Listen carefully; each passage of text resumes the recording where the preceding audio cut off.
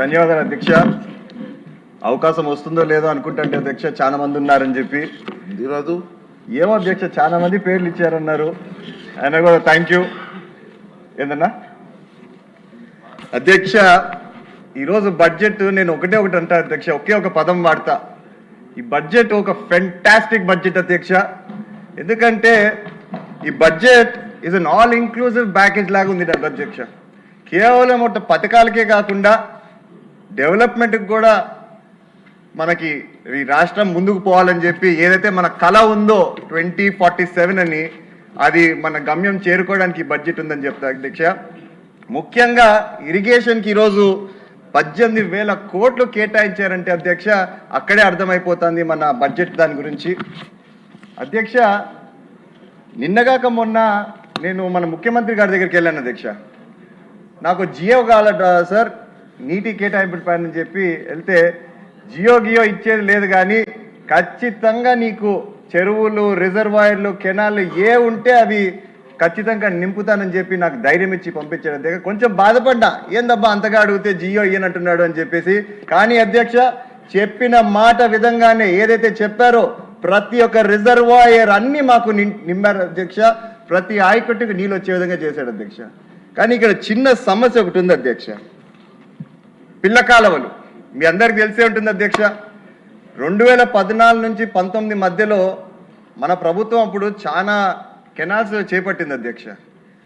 కానీ మన దురదృష్టం శాత 19లో మనకు అధికారం కోల్పోయాము.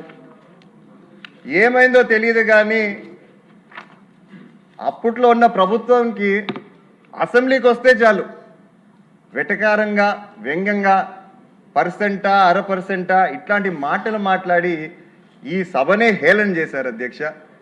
కనీసం ఈ కెనాల్స్ ఏవైతే పూర్తి చేసింటే ఖచ్చితంగా చెప్తున్నా అధ్యక్ష, మనకి కష్టంగా ఉండింది అధ్యక్ష. అదేవిధంగా ఉదాహరణకు అధ్యక్ష, మా చాగల్లు రిజర్వాయర్ ఉంది. చాగల్లు రిజర్వాయర్ కింద ఫ్లడ్ ఫ్లో కెనాల్ అని ఒకటి ఉంది అధ్యక్ష. మన హయాంలో దాదాపు 70% పూర్తి చేశాం. కేవలం ఒక 30% పూర్తి చేసింటే దాదాపు 30,000 ఎకరాలకి నీళ్ళు ఇప్పించిండొచ్చు అధ్యక్ష. అదేవిధంగా తాగునీరు 2 నియోజకవర్గాల అధ్యక్ష, తాడిపత్రి, సింగనమలకి నీళ్ళు ఇచ్చింది అధ్యక్ష. మరి ఎందుకు వాళ్ళు పూర్తి చేసుకోలేకపోయారో ఏమో నాకు తెలియదు. నేను తద్వారా కోరేది ఏంటంటే అధ్యక్ష, ఈరోజు మంత్రి గారిని, ఏవైతే ఈ చిన్నవి లో హ్యాంగింగ్ ఫ్రూట్స్ ఉన్నాయో 17 కోట్లు, 20 కోట్లు, 10 ఇట్లా చాలా నియోజకవర్గాల్లో ఇదే ప్రాబ్లం అధ్యక్ష. మా నియోజకవర్గంలో దాదాపు 3 ఉన్నాయి అధ్యక్ష.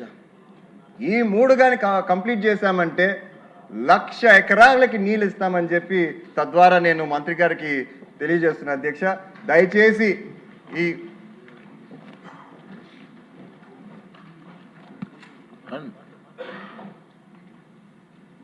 అదేవిధంగా అధ్యక్ష, మన ముఖ్యమంత్రి గారు ఆదేశించారు అధ్యక్ష, ఫైనాన్స్ డిపార్ట్మెంట్లో మన మంత్రి గారు బడ్జెట్ కేటాయించారు అధ్యక్ష. అదేవిధంగా మన మంత్రి గారు అమలు చేశారు అధ్యక్ష.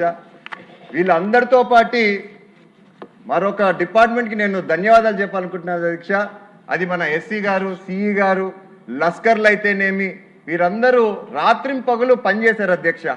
ముఖ్యంగా మొన్న ఫామ్ అయిన మన వాటర్ అసోసియేషన్ ప్రెసిడెంట్స్ కూడా అధ్యక్ష. ఇది ఎందుకంటున్నానంటే అధ్యక్ష, నిన్నగాక మొన్న 2 ఎమ్మెల్యేలు అధ్యక్ష మన సభలో ఉన్నారు అధ్యక్ష. ఈరోజు మన రాధాకృష్ణ గారు, మన సాంబన్న గారు మా ప్రాంతానికి వచ్చారు అధ్యక్ష. వస్తే ఒకటే అడిగారు, బాగున్నావా లేదో కూడా అడగలేదు అధ్యక్ష. నన్ను ఒకటే అడిగారు, ఎవరయ్యా మీ ప్రాంతం కరువు ప్రాంతం అని చెప్పారు అని అడిగారు అధ్యక్ష. నాకు ఆశ్చర్యం, ఎందుకు ఇట్లా అంటున్నారని చెప్పి.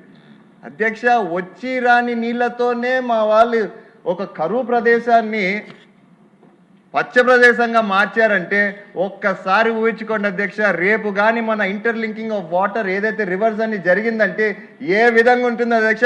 ఈ సభాముఖంగా నేను చెప్తాను అధ్యక్ష, ఖచ్చితంగా రాబోయే రోజుల్లో ఒక విధంగా ఇండస్ట్రియల్ హబ్, ఒక సైడు హార్టికల్చర్ హబ్ అని చెప్పి ఒక ఫైనాన్షియల్ ఎపిసెంటర్ అయిపోయి ఖచ్చితంగా రాష్ట్రానికి రాయలసీమ అప్పిస్తుందని చెప్పి ఈ సభాముఖంగా మరొకసారి తెలియజేస్తున్న అధ్యక్ష. ధన్యవాదాలు అధ్యక్ష. సార్, మీ సమాధానం చెప్పే ముందు మినిస్టర్ గారు, ఇప్పుడు సభ్యులందరూ చెప్పిన దాంట్లో మినిస్టర్ గారు